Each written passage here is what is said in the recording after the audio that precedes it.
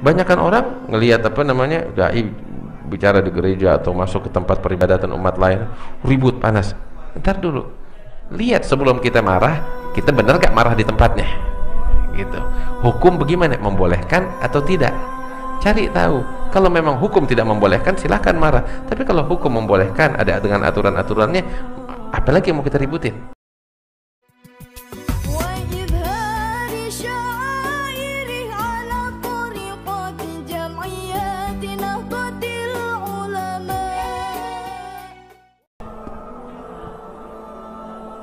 Kemarin ada yang nitip, kalau orang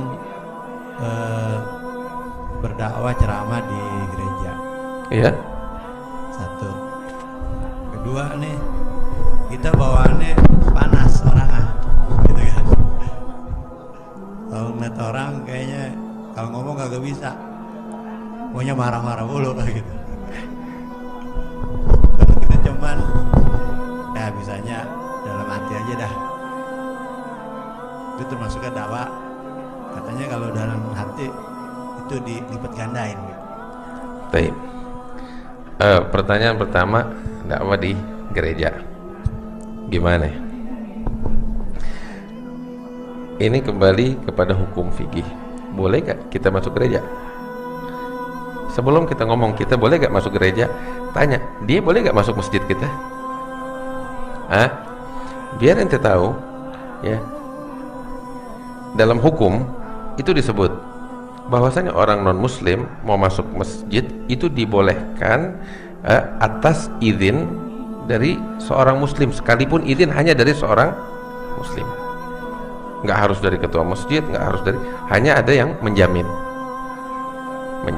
satu orang, siapapun dari seorang muslim ada jaminan, tafadhol, nggak dilarang.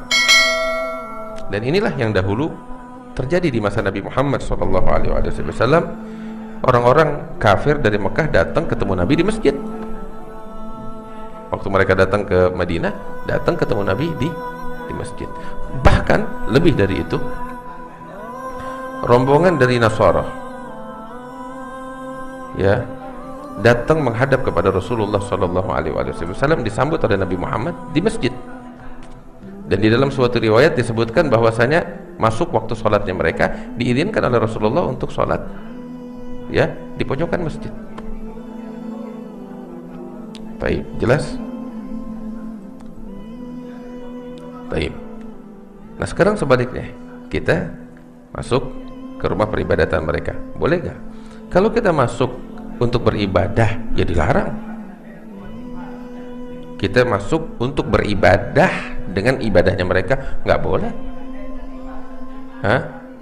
Namun beda halnya, kita masuk bukan untuk beribadah dengan ibadahnya mereka, maksudnya beribadah dengan agama mereka, bukan, tapi untuk kepentingan tertentu. Di dalam agama nggak dilarang. Dan ini terjadi oleh Sayyidina Umar ibn al-Khattab tatkala pembebasan penaklukan Baitul Maqdis. Saat itu yang berkuasa di Baitul Maqdis adalah kaum Nasrani. Kunci-kunci Baitul Maqdis di tangan mereka dan diserahkan saat kemenangan itu kepada Sayyidina Umar ibn al-Khattab. Dan Sayyidina Umar keliling melihat Masjidil Aqsa, Baitul Maqdis. Terus diajak juga, didampingi oleh pemimpin gereja saat itu, pemimpin Nasrani saat itu, mendampingi Sayyidina Umar bin Khattab ya untuk keliling, dan diantaranya itu masuk ke gereja mereka. Ada disebutkan. Nah, dan tatkala Sayyidina Umar lagi di dalam gereja mereka ya, masuk waktu sholat, kalau tidak salah waktu sholat asar itu waktu. Maka saat itu digelarkan sejadah, dipersilahkan oleh pihak gereja kepada Sayyidina Umar untuk sholat di dalam gereja. Apa yang terjadi? Sayyidina Umar menolak. Kenapa menolak? Apakah menolak sholat di situ? Enggak, bukan. Beliau menolak bukan karena alasan dilarang di dalam agama sholat di dalam situ, bukan. Tapi beliau menolak, beliau bilang, saya khawatir kalau saya sholat di sini, datang satu masa umat Islam akan merebut gereja kalian karena ini udah menjadi tempat sholatnya saya. Paham? Jadi beliau tidak sholat demi maslahahnya pihak gereja saat itu. Nggak sholat di situ, beliau pindah ke tempat lain, dan tempat itu sekarang jadi tempatnya Sayyidina Umar, dibangun masjid. Tapi gereja itu Sayyidina Umar tidak mau sholat itu demi kepentingan pihak gereja itu, supaya di satu masa nggak diklaim oleh umat Islam bahwa itu tempat sholatnya Umar hingga digusur tuh gereja. Ingat? Paham? Baik.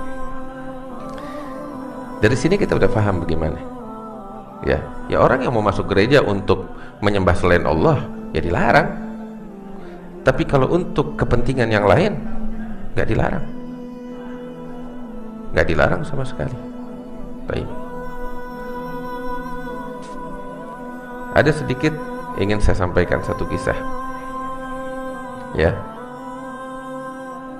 Ini mungkin kalau bicara hukum sama bahasan tadi udah selesai.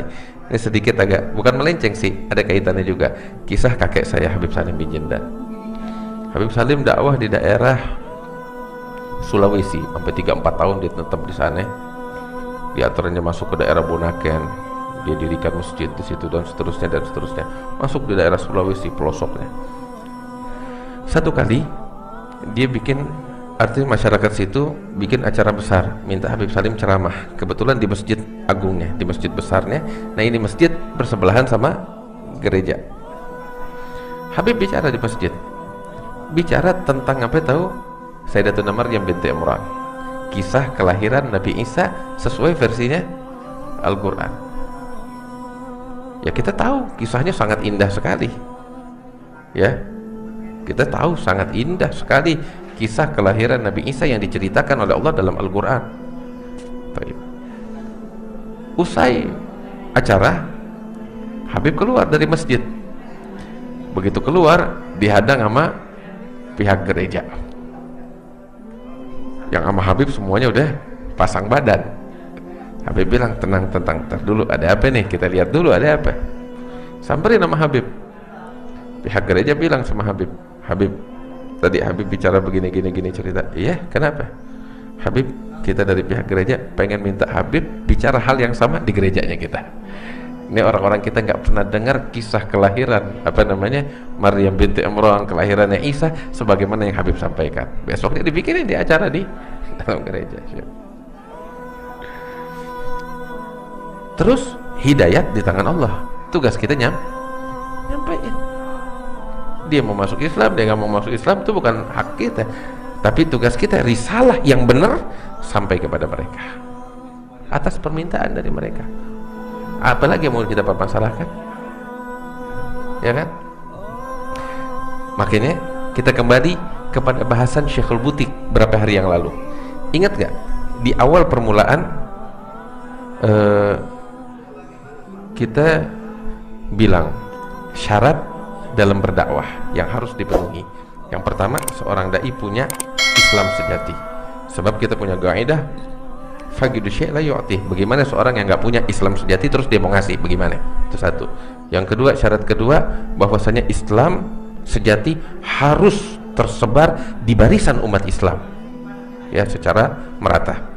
Dan yang ketiga, di dalam gerakan dakwah seorang dai harus memahami betul hukum-hukum Allah di dalam yang berkaitan dengan dakwah, sehingga dia berdakwah bukan atas gerakan dakwah yang dia lakukan, bukan atas dorongan gairah semata, tapi juga dengan aturan hukum. Paham? Nah kita kembali nih bahasan ini nih, ya. Banyakan orang ngelihat dai bicara di gereja atau masuk ke tempat peribadatan umat lain ribut panas. Ntar dulu, gairah cakep ada di hati, tapi ini gairah juga mesti dekat dengan hukum. Lihat sebelum kita marah, kita benar gak marah di tempatnya, gitu. Hukum bagaimana, membolehkan atau tidak? Cari tahu. Kalau memang hukum tidak membolehkan, silahkan marah. Tapi kalau hukum membolehkan, ada dengan aturan-aturannya, apalagi yang mau kita ributin, gitu. Terkadang kita ribut kita sama kita karena dasar apa? Gairah yang nggak didasari dengan ilmu. Wallahu a'lam. Saya kira jelas. Sampai di sini cukup. Insyaallah bahasan tentang dorongan kasih sayang akan kita bahas dalam pertemuan kita yang besok. Wallahu a'lam bishawab. Al-Fatihah bil qabul tamam kulli surah sallallahu alaihi wa sallam wa ila hadratin Nabi Muhammadin sallallahu alaihi wa sallam. Al-Fatihah.